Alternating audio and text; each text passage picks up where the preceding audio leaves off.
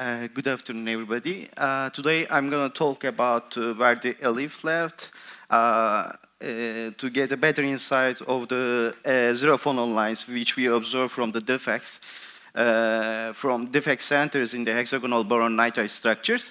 The single photon emission is important especially for the quantum information, quantum cryptology, or any other related research area. If we define the system, the electronic state of the system of a defect center in hexagonal boron nitride, we can, if we don't include the electron phonon coupling, we can consider the system as a system as a consists of excited state and a ground state, which is similar to isolated atom.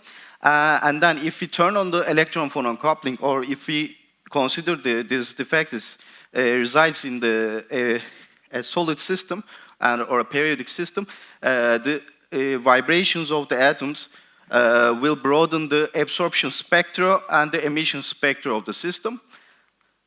And if we think about this model, which I showed you earlier, we can consider the system as like this. This is a simple configuration diagram. This is a configuration coordinate.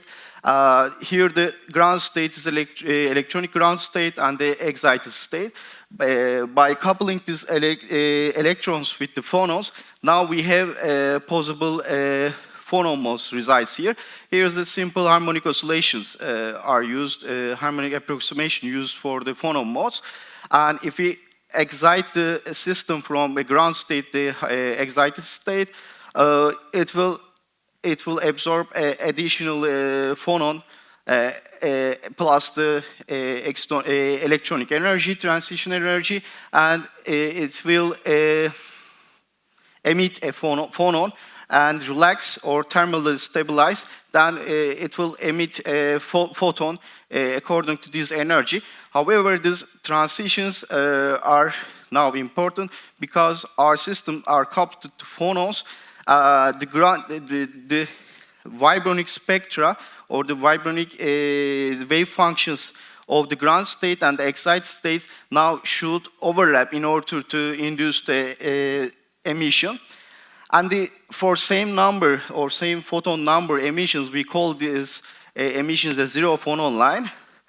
To treat this system like this, we can use a Hamiltonian for electron phonon coupling system. Here is the electronic part, phonon spectrum, and the electron phonon coupling. Here's as a complex matrix elements, which includes all the coupling elements. Now, if we treat this system as three separate parts, we can treat with a linearly, which is a linear electron phonon coupling, in the presence of a weak electron phonon coupling regime. And secondly, we can treat this system with a quadratic effects also. To study this system, we need to produce a absorption cross-section from this emission, which is given by this equation. Here's the G is a line shape function from your emitter. And the line shape function can be written as a series. Here is a zero phonon transition. If you are familiar with the direct delta function, here is a direct electronic transition. Now, this is the high order terms, which involves emitting or absorbing phonons in the process. Now, we can basically write the one phonon line shape function for a linear electron phonon coupling like this, and high order terms can be calculated by convolution of this one phonon line shape function. Here's the important factor which we can use confirm our data is or check our data if is compare our data to experimental results given in the literature. We need to calculate the bipolar factor, which is given by the total intensity of the ZPL and compared to photo emission of your total emission from the emitter at the zero temperature. And this S0 is called Hahn-Riess factor, which actively defines the electron phonon coupling hour in the system. Now, I will skip this part because I've already explained the hexagonal boron nitride, which you have a wide band gap. The defects resides in in gap states, so there is no known exotonic effects for this system. And for this study, we used excitation by a laser and collecting the emission by a spectrometer. Now, this is a simple, simple spectrum from an emitter. Here, the horizontal axis shows at zero the laser energy resides, and we see the Raman shift or the comparable energy shift with respect to the laser energy, and this is the normalized intensity. Now, our sample resides on the silicon oxide. We see the PL signal from the defect center. We see the silicon Raman, hexagonal boron nitride Raman, and we see another feature from the spectrum.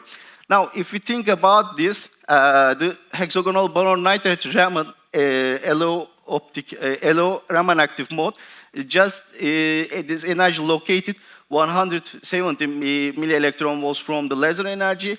And if you look at this phonon, this PL emission, zero phonon line emission, and if we use this, we see that there is a phonon sideband located here.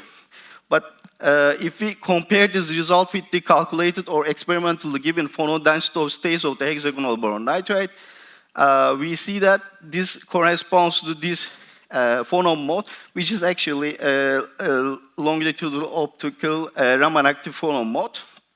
Now, in order to get a better insight of the electron phonon coupling in our system, we measured the emitter spectra as a function of temperature from approximate room temperature to cryogenic temperatures. We observed three main features here.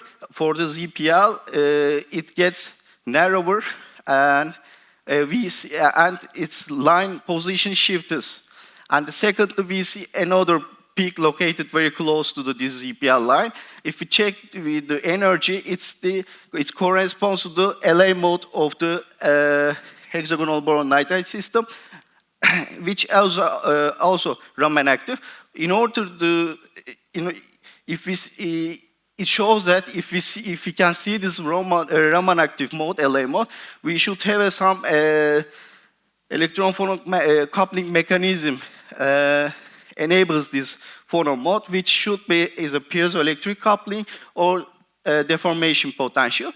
Anyway, if we check the low temperature spectrum around here, we see, and if we consider all the inhomogeneous and homogeneous broadening effect for the spectrum, we see the Lorentzian and Gaussian contribution are well reside in this peak, and still it does not well represents the data here. There is still asymmetry around the higher wavelengths, which is an indicator of phonon process here.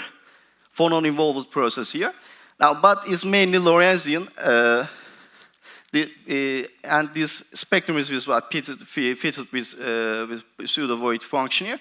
Anyway, if we move forward, we see that piezoelectric coupling to LA phonon modes, which is a broad range of energy for your temperature equivalent energy of your phonon modes, and if you want to calculate the full without maximum of the emission spectra from the modeling, we need to calculate this. We used a method of moments to calculate full without maximum.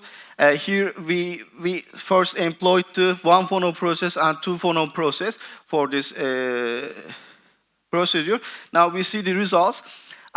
If we use only one phonon process, which means that during the emission, only one phonon is absorbed or emitted during the emission of this photoluminescence line. It does not represent the full without half maximum change with the temperature, which is shown with red line. It predicts as 0.474 Hungry's factor, On the other hand, I'm sorry, 0.66 increase factor. On the other hand, if we model this or fit this data with a 2 phonon line process, it well represents the whole data and it predicts a higher increase factor. And if we now, if we see from here, the higher part is the higher high temperature part is well described with the 1 phonon process with the red line, and low temperature part is not well fit with the data, experimental data. And if we only fit the experimental data using 1 phonon process for low temperatures and extrapolating the high temperature process, this is the same blue line from the previous slide, we obtain a 0.81 increase factor for 1 phonon process, and the other one, the latter, is same. Now, what this mechanism tells us, at low temperatures, 1 phonon process is dominant, and high temperatures, probably the 2 or more phonon process is dominant, which we expect because we have a more available than those states with the high energy of the phonons. And this high increase factor is actually quite important because this is the lowest theoretical and experimentally reported increase factor for the single emitters, which means most of your emission from your defect center can be used for quantum information and etc. And thank you.